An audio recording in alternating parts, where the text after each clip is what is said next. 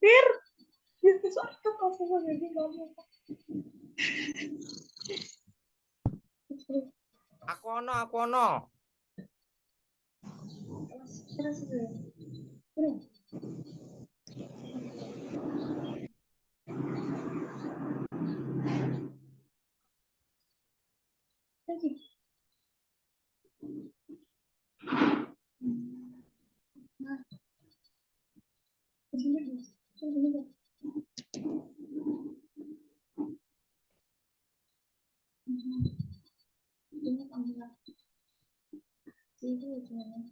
Iya,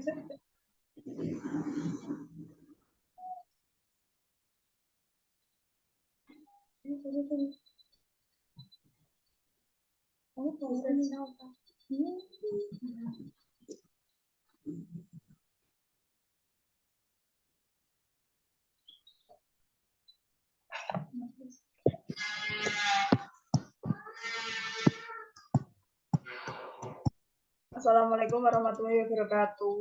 Waalaikumsalam warahmatullahi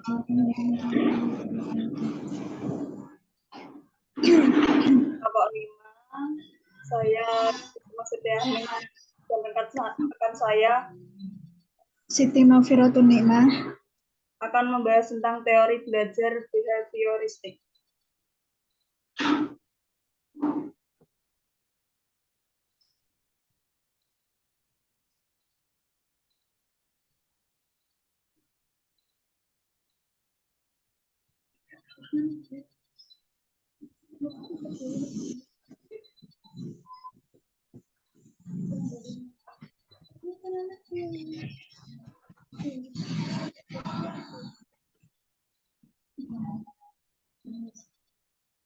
Pengertian, menurut pandangan behavioris, belajar berarti perubahan yang relatif menetap pada perilaku yang bisa diamati yang terjadi sebagai hasil dari pengalaman relative enduring change in observed behavior that occur as a result of experience dari again and contact 2004 relatif enduring atau relatif menetap berarti bahwa perubahan yang bersifat temporer yang disebabkan oleh sakit, kecelakaan atau emosional distress tidak termasuk belajar.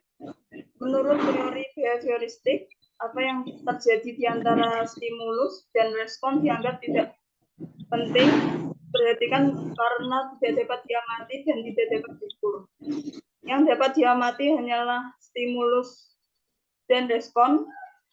Oleh sebab itu, apa saja yang diberikan guru atau stimulus dan apa yang dihasilkan sesuatu respon, semuanya harus dapat diamati dan diukur. Teori ini mengutamakan pengukuran sebab pengukuran merupakan sesuatu yang untuk melihat terjadi tidaknya perubahan tingkah laku.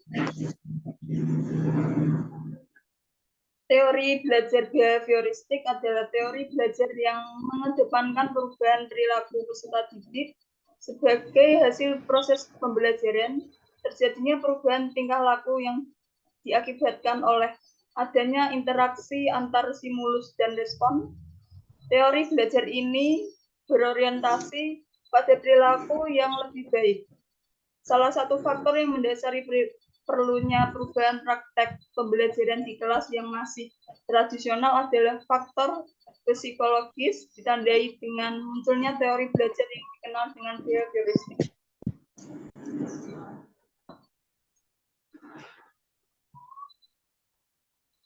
Selanjutnya yaitu ciri-ciri teori belajar behavioristik. Yang pertama yaitu mementingkan bagian-bagian elementalistik. Yang kedua, mementingkan pengaruh lingkungan. Yang ketiga, mementingkan peranan reaksi. Yang keempat, pemecahan masalah ciri khasnya, trial and error. Yang kelima, mengutamakan mekanisme terbentuknya hasil belajar. Yang keenam, mementingkan sebab-sebab di waktu yang lalu. Yang ketujuh, mementingkan pembentukan kebiasaan.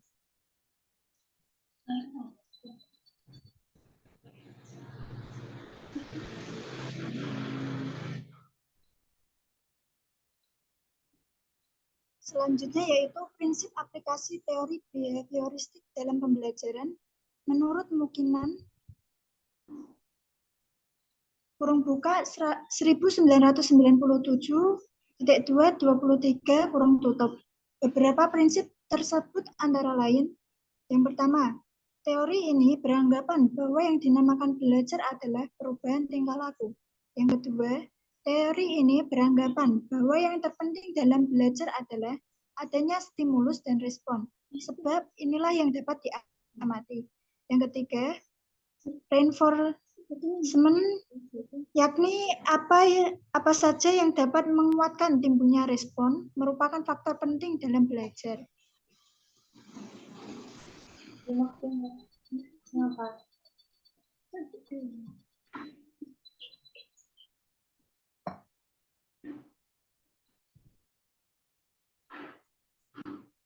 Selanjutnya, teori belajar behavioristik menurut beberapa ahli. Yang pertama ada Edward Lee Thorndike. Teori kondisionisme Thorndike bermula dari asumsinya bahwa pada dasarnya belajar pada hewan dan manusia sama saja.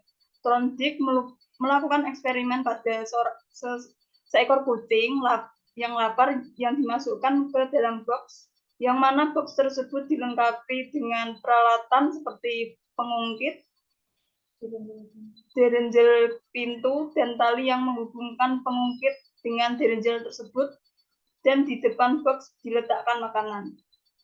Berdasarkan eksperimennya, Thorndike menyusun suatu teori yang disebut dengan teori koneksionisme atau teori SR, stimulus respon. Istilah lain untuk teori ini adalah psikologi belajar SR atau teori trial and error learning. Contoh lain implikasi belajar dengan trial and error adalah ketika anak belajar keterampilan atau psikomotorik seperti naik sepeda, berenang, atau gerakan lainnya. Dengan prinsip trial and error, anak belajar dengan mencoba, salah, coba lagi, sampai akhirnya dapat melakukan gerakan yang benar.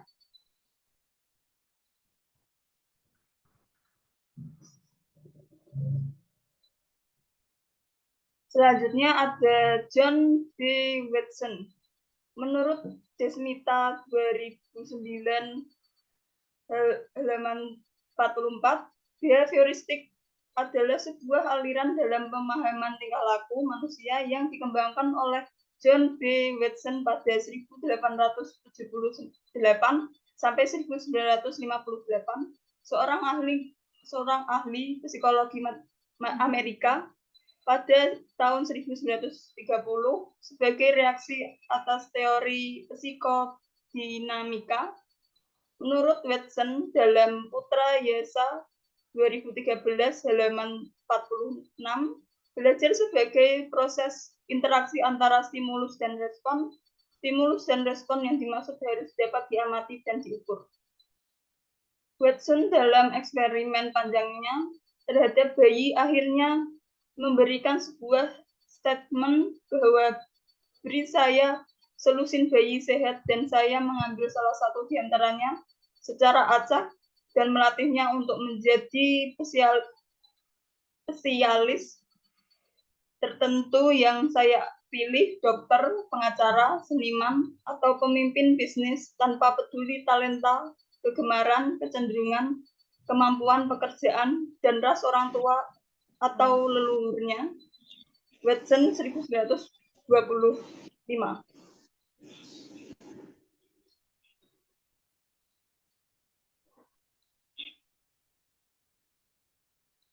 Selanjutnya yaitu Ivan P. Pavlov. Paradigma conditioning klasik merupakan karya besar Ivan Pavlov pada tahun 1849 sampai 1936. Merupakan ilmuwan Rusia. Proses yang ditemukan oleh Pavlov karena perangsang yang asli dan netral atau rangsangan biasanya secara berulang-ulang dipasangkan dengan unsur penguat yang menyebabkan suatu reaksi. Teori belajar pengkondisian klasik merujuk pada sejumlah prosedur pelatihan, karena satu stimulus dan rangsangan muncul untuk menggantikan stimulus lainnya dalam mengembangkan suatu respon. Perasaan orang belajar bersifat pasif, karena untuk menggandakan respon perlu adanya suatu stimulus tertentu. Sedangkan mengenai penguat, menurut Pavlov, bahwa stimulus yang tidak terkontrol mempunyai hubungan dengan penguat. Stimulus itu menyebabkan adanya pengulangan tingkah laku dan berfungsi sebagai penguat. Zulhami, tahun 2015.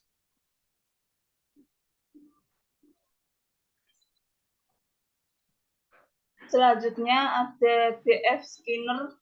Skinner adalah seorang psikolog dari Harvard yang telah berjasa mengembangkan teori perilaku Watson. Pandangannya tentang kepribadian disebut dengan behaviorisme radikal. Behaviorisme menekankan studi ilmiah tentang respon perilaku yang dapat diamati dan determinan lingkungan. Dalam behaviorisme Skinner, perilaku sadar atau tidak sadar tidak diperlukan untuk menjelaskan perilaku dan perkembangan. Skinner juga mengemukakan dengan melakukan perubahan-perubahan mental sebagai alat menjelaskan tingkah laku yang hanya menambah rumitnya masalah, sebab setiap alat yang digunakan perlu penjelasan oleh Putrayasa pada 2013 halaman 48. Skinner juga berfokus mengkaji terkait perilaku individu yang akan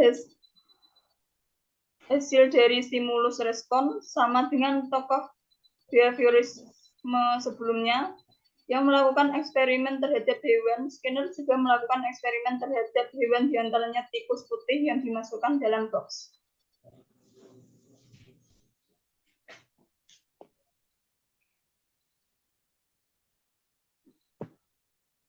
Selanjutnya yaitu kelebihan dari teori belajar behavioristik antara lain. Pertama, membiasakan guru untuk bersikap teliti dan peka terhadap kondisi belajar mengajar. Yang kedua, guru lebih sering membiasakan muridnya untuk belajar mandiri. Yang ketiga, mampu membentuk suatu perilaku yang diinginkan. Yang keempat, pembiasaan yang berkesinambungan dapat lebih optimal. Yang kelima, penyusunan bahan pelajaran dari yang sederhana sampai yang kompleks mampu menghasilkan suatu perilaku yang konsisten terhadap bidang tertentu. Yang keenam, dapat mengganti stimulus yang satu dengan yang lainnya sampai respon yang diinginkan muncul.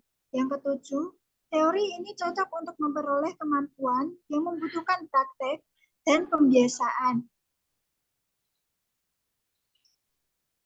Yang kedelapan, teori ini cocok untuk memperoleh kemampuan yang membutuhkan praktek dan pembiasaan.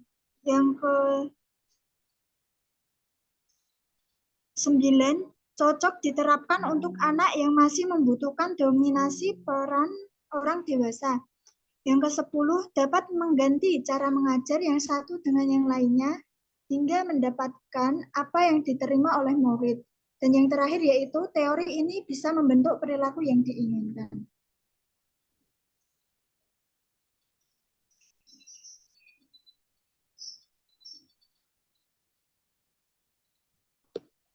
Selanjutnya yaitu kekurangan dari teori belajar behavioristik antara lain.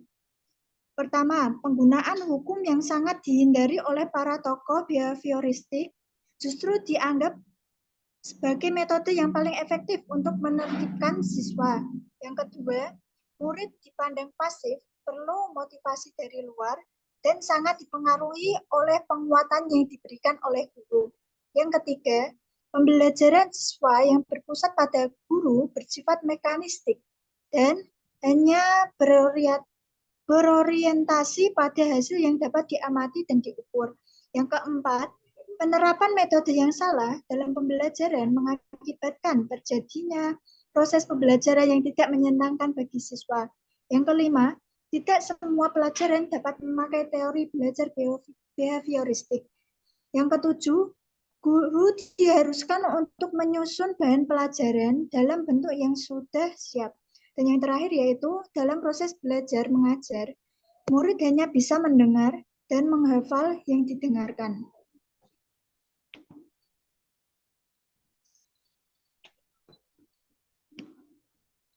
Selanjutnya ada implikasi teori belajar behavioristik dalam pembelajaran. Pertama, prosedur-prosedur pengembangan tingkah laku baru.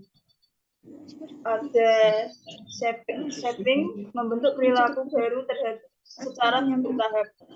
Misalnya, Harry anak yang sangat pemalu di kelas.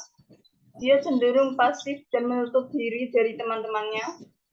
Guru dapat membantu Harry untuk mau bersosialisasi dan menghilangkan sifat pemalunya dengan cara meminta Harry melakukan hal-hal berikut secara bertahap. Pertama, tersenyum kepada teman-teman sekelas.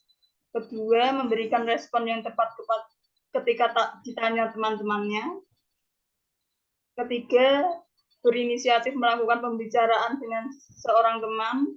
Keempat, berkomunikasi dan bersosialisasi dengan kelompok yang lebih besar. Setiap tahap ini, jika Harry dapat melakukan dengan baik, maka guru dapat memberikan penguatan. Shaping dapat sangat membantu tugas belajar yang membutuhkan waktu dan persistensi untuk penyelesaiannya. Perlu diingat juga bahwa shaping membutuhkan penguatan sejumlah langkah kecil menuju ke perilaku sasaran dan ini memerlukan waktu yang lama. Kedua ada modeling atau pencontohan. Modeling adalah belajar dengan cara mengikuti perilaku orang lain seperti model. Dalam kesehariannya, tingkah laku manusia dapat dipelajari melalui modeling atau imitasi. Modeling ini banyak digunakan untuk mengajarkan keterampilan akademik dan motoris, juga dalam penanaman sikap, nilai-nilai, afeksi,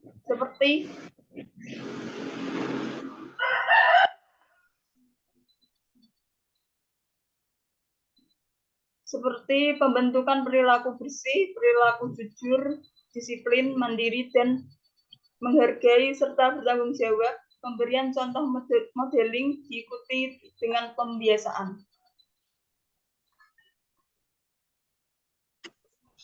Kedua, ada prosedur-prosedur pengendalian atau perbaikan tingkah laku. Pertama, dengan memperkuat tingkah laku bersaing. Untuk mengubah tingkah laku peserta didik yang tidak diinginkan, misalnya perilaku menentang, melamun, hilir mudik, dan lain-lain, maka perlu diadakan penguatan tingkah laku yang diinginkan, misalnya dengan kegiatan-kegiatan kelompok yang menekankan pada aspek kerjasama. Kedua, ada ekstinsi yaitu membuang atau meniadakan peristiwa-peristiwa penguat tingkah laku. Ekstinsi dapat dipakai bersama-sama dengan metode yang lain seperti modeling dan social reinforcement. Ekstinsi bisa berlangsung terutama jika reinforcement adalah perhatian. Apabila murid tidak memperhatikan guru tetapi malah berjalan ke sana ke sini, maka perubahan reaksi guru kepada murid akan menghentikan tingkah laku mereka. Ketiga, ada saniasi. Saniasi adalah suatu prosedur perbaikan tingkah laku dengan menyuruh seseorang melakukan perbuatan berulang-ulang sehingga ia menjadi lelah atau jera. Contoh satiasi adalah jika anak selalu mencoret-coret dinding kelas, maka ia diminta untuk mencoret dinding yang disediakan sebanyak yang ia suka sampai ia bosan dan jera. Keempat, ada perubahan lingkungan stimuli. Tingkah laku juga dapat dikendalikan dengan pengubahan kondisi stimuli yang mempengaruhi tingkah laku tersebut. Misalnya, supaya orang tidak membuang sampah sembarangan, maka lingkungan sekolah harus dibuat bersih dan disediakan tempat pembuangan sampah yang memadai.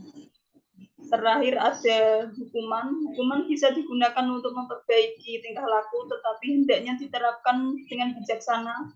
Hukuman menunjukkan apa yang tidak boleh dilakukan peserta didik. Sekian dari kelompok kami. Silahkan yang ingin ditanyakan.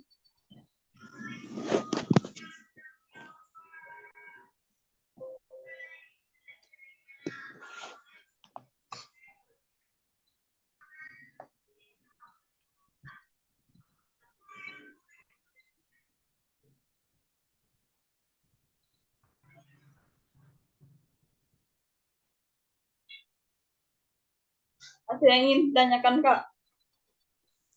Yang belum bertanya, kelompok berapa, Kak? Besok suruh bertanya. Saya.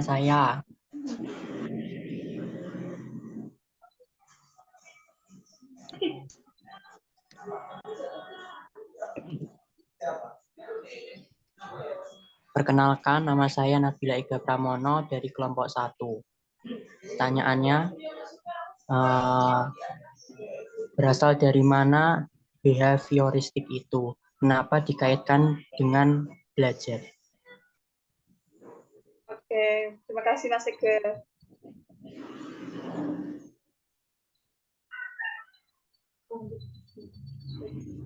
Mengapa dikaitkan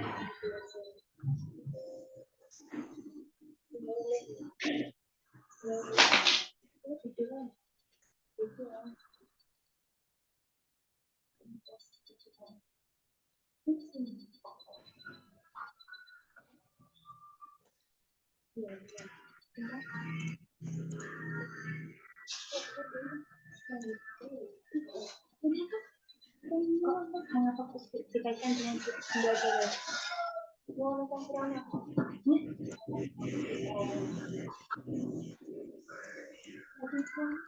Ada yang ingin ditanyakan lagi, Kak?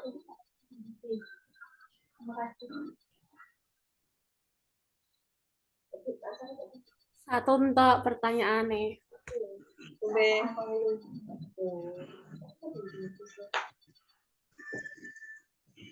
Silahkan, Kak.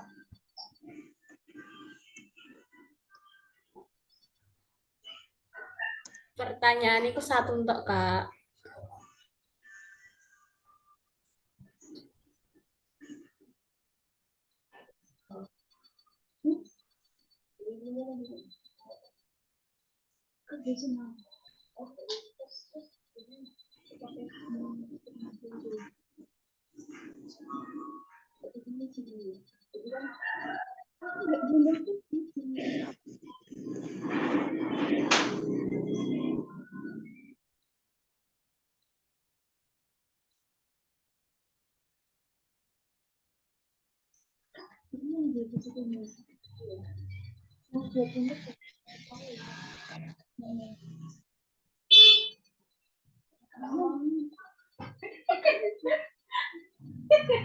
Iya, Kak.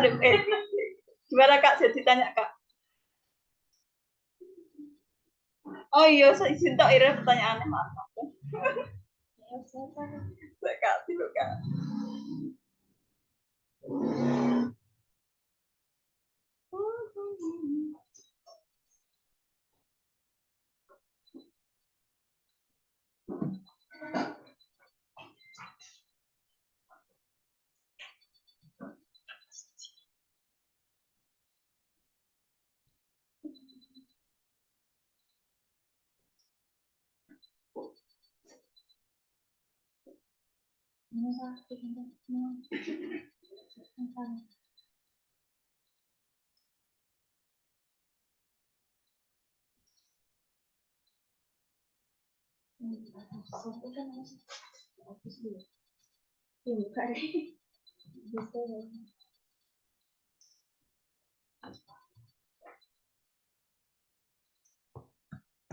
Izin jawab, Kak. Teori belajar behavioristik itu sebuah teori yang dicetuskan oleh Gage dan Berliner tentang perubahan tingkah laku sebagai hasil dari pengamalan. Terus teori belajar behavioristik berpengaruh terhadap masalah belajar itu karena belajar ditafsirkan sebagai latihan-latihan untuk pembentukan hubungan atau antara stimulus dan respon dengan pemberian rangsang kepada siswa akan bereaksi dan menanggapi rangsangan tersebut. Gimana Mas Ega? Apakah sudah paham? Oke. Olah mendekat tidak. Kak, izin bertanya untuk pertanyaan Mas Ega. Tadi kan stimulus dan respon. Itu wujudnya apa?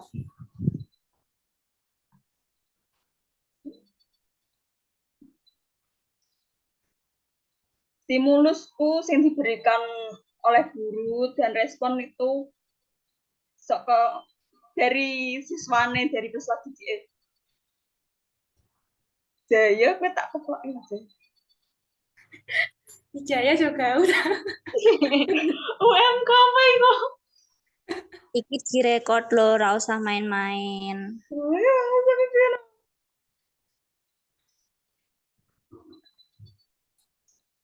Gimana Kak? Lanjut, Iya, Kak. Tadi tuh guru tuh stimulus tuh dari guru, terus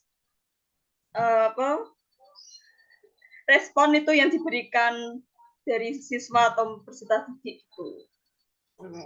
Jadi saling berinteraksi gitu loh. Oke, makasih. Sama-sama.